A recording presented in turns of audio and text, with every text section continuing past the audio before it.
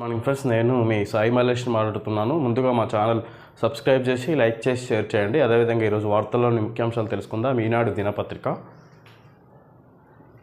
దశల వారీగా రుణమాఫీ. మొదట 1,00,000, తర్వాత 1,50,000 వరకు, 2 లక్షల వరకు అప్పు ఉన్న వారికి తదుపరి 2 విడతల్లో జూలై మొదటి వారం నుంచి 15 ఆగస్టు వరకు అమలు చేసే యోచన. ఒక రైతుకు 5 ఎకరాలకు మాత్రమే రైతు భరోసా. ఇక్కడ దశల వారీగా రుణమాఫీ చేస్తుందంటే ప్రభుత్వం మొదట 1,00,000 రూపాయల లోపు ఉన్న వారికి, తర్వాత 2 లక్షల లోపు, తర్వాత 1,50,000 వరకు, ఆ తర్వాత 2 లక్షల వరకు అప్పు ఉన్న వారికి తదుపరి 2 విడతల్లో 2 విడతల్లో చేస్తారంట. జూలై మొదటి వారం నుంచి 15 ఆగస్టు వరకు అమలు చేసే యోచన. ఒక రైతుకు 5 ఎకరాల లోపు ఉన్న వారికే రైతు భరోసా ఇవ్వబోతున్నారంట. వచ్చే నెల మొదటి వారం నుంచి రైతు రుణమాఫీని దశల వారీగా అమలు చేసే ఆలోచనలో ప్రభుత్వం ఉన్నట్లు తెలుస్తుంది. అమలుకు కసరత్తు చేస్తున్న ప్రభుత్వం ఇప్పటికే మార్గదర్శకాలు, నిధుల సమీకరణ తదితర అంశాలపై ఓ నిర్ణయానికి వచ్చినట్టు సమాచారం. ఆగస్టు 15 కల్లా రుణమాఫీని అమలు చేస్తామని ప్రకటించిన ముఖ్యమంత్రి రేవంత్ రెడ్డి గత కొన్ని రోజులుగా ఆర్థిక శాఖ అధికారులతోనూ, మంత్రి వర్గ సహచరులతోనూ దీనిపై విస్తృతంగా చర్చించినట్టు సంబంధిత వర్గాలు తెలిపాయి.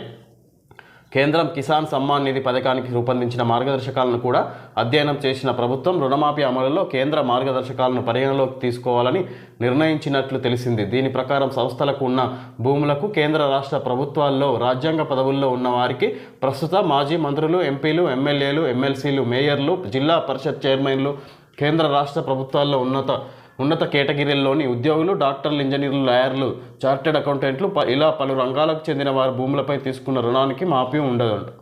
రుణమాఫీ అర్హత నిర్ధారణే ప్రధాన ఎజెండా. రేపు మంత్రివర్గ సమావేశం. ప్రధాన ఎజెండా రుణమాఫీ అర్హత నిర్ధారించడానికే మంత్రివర్గ సమావేశం అంట రేపు. అంటే రుణమాఫీ మీద మంత్రి సమావేశాలు చేయబోతున్నారంట.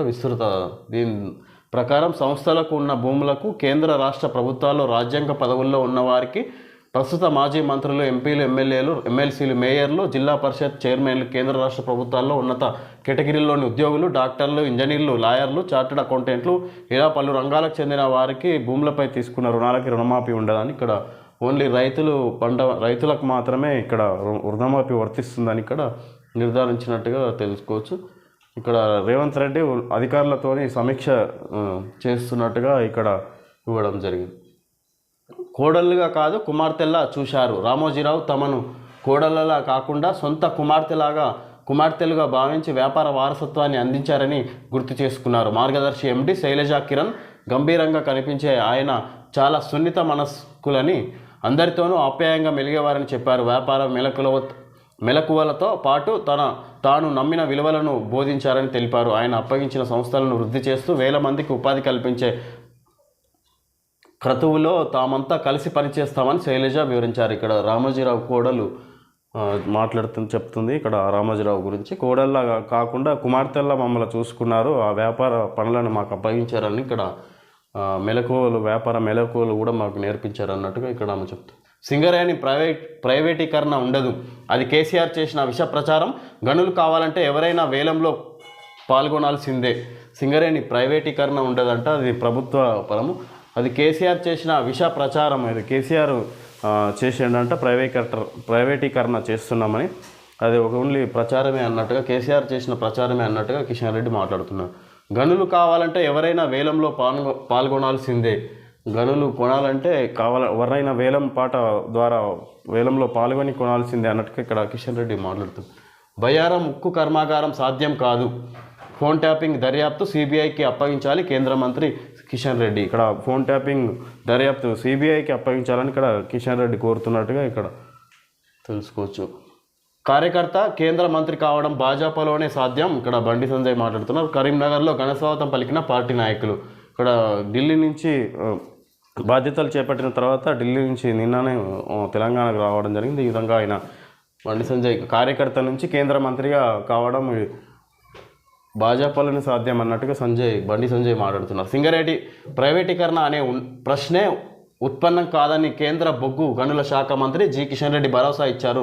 2018 ఎన్నికల్లో లబ్ధి పొందడానికి కేసీఆర్ సింగరేణి ప్రైవేటీకరణ అంటూ విష ప్రచారం చేశారు తప్ప అందులో నిజం లేదన్నారు. ఢిల్లీలోని తన కార్యాలయంలో ఆయన బుధవారం వివిధ అంశాలపై మీడియాతో ఇష్టాగోష్ఠిగా మాట్లాడారు. టీచర్లకు పదోన్నతుల పండగ, మొత్తం 10,083 మందికి ప్రయోజనం. మల్టీ జోన్ 1 పరిధిలోని 19 జిల్లాల్లో ఉత్తర్వుల జారీ, ఉపాధ్యాయుల్లో ఆనందోత్సాహాలు. టీచర్లకు పదోన్నతుల పండగని ఇది ఇంతమందికే ఇచ్చారు, మళ్ళీ ఇస్తున్నారు. నిన్న సుప్రీంకోర్టు చేసింది అన్నారు, మరి మళ్ళీ అగ్నిగుండంలో ఢిల్లీ, ఎండ దెబ్బకు పదుల సంఖ్యలో జనం మృత్యువాత, ఉక్కపోతకు తోడు నీటి కొరతతో మరింత కల్లోలం. ఢిల్లీలో అగ్నిగుండంగా ఉందంట, మరి ఇక్కడ వర్షాలు పడట్లేదు, అక్కడ ఉక్కపోతకు తోడు నీటి కొరత కూడా అక్కడ ఎక్కువగా ఉందని తెలుసుకోవచ్చు. మరింత కల్లోలం అని. యూజీసీ నెట్ రద్దు చేసినట్టు అధికార యంత్రాంగంలో భారీ ప్రక్షాళన. 1-2 రోజుల్లో సీనియర్ ఐఏఎస్ల బదిలీలు. రాష్ట్ర ప్రభుత్వం అధికార యంత్రాంగాన్ని భారీగా ప్రక్షాళన చేయనున్నట్లు సమాచారం. పలు కీలక శాఖల్లో ఉన్న సీనియర్ ఐఏఎస్ అధికారులను బదిలీ చేయనున్నట్లు తెలిసింది. ఇప్పటికే ముఖ్యమంత్రి రేవంత్ రెడ్డి ఇందుకు సంబంధించిన కసరత్తు పూర్తి చేశారని, 1-2 రోజుల్లో ఉత్తర్వులు వెలువడవచ్చని తెలుస్తుంది. సుదీర్ఘకాలం ఒకే చోట పనిచేస్తున్న వారిని ఈ విధంగా ఐఏఎస్ అధికార యంత్రాంగంలో భారీ ప్రక్షాళన అంటే ఇక్కడ సీనియర్ ఐఏఎస్ల 1-2 రోజుల్లో సీనియర్ ఐఏఎస్లను బదిలీ చేసే అవకాశం ఉంది. ఆల్రెడీ 20 జిల్లాలకు మన కొత్త కలెక్టర్లను నియమించింది, మళ్ళీ ఇప్పుడు బదిలీ సీనియర్ ఐఏఎస్లను కూడా మార్చబోతున్నారు అంటున్నారు. త్వరలో మంత్రివర్గ విస్తరణ, 4 చోటు దక్కే అవకాశం, మరో 2 స్థానాలపై తర్వాత నిర్ణయం. ఇప్పటికే అధిష్టానంతో చర్చించిన సీఎం రేవంత్ రెడ్డి. ఇక్కడ మంత్రివర్గాలు ఇంకా మరికొంతమందికి మంత్రి పదవులు దక్కే అవకాశం ఉంది. 4 చోటు దక్కే అవకాశం అంట ఇక్కడ మన తెలంగాణ రాష్ట్రంలో. మరో 2 స్థానాలపై తర్వాత నిర్ణయం అంటే ఇంకా మంత్రి వర్గం విస్తరణ జరిగే అవకాశం ఉంది. ఇప్పుడైతే 4 కేటాయించబోతున్నారు. లోక్సభ ఎన్నికలు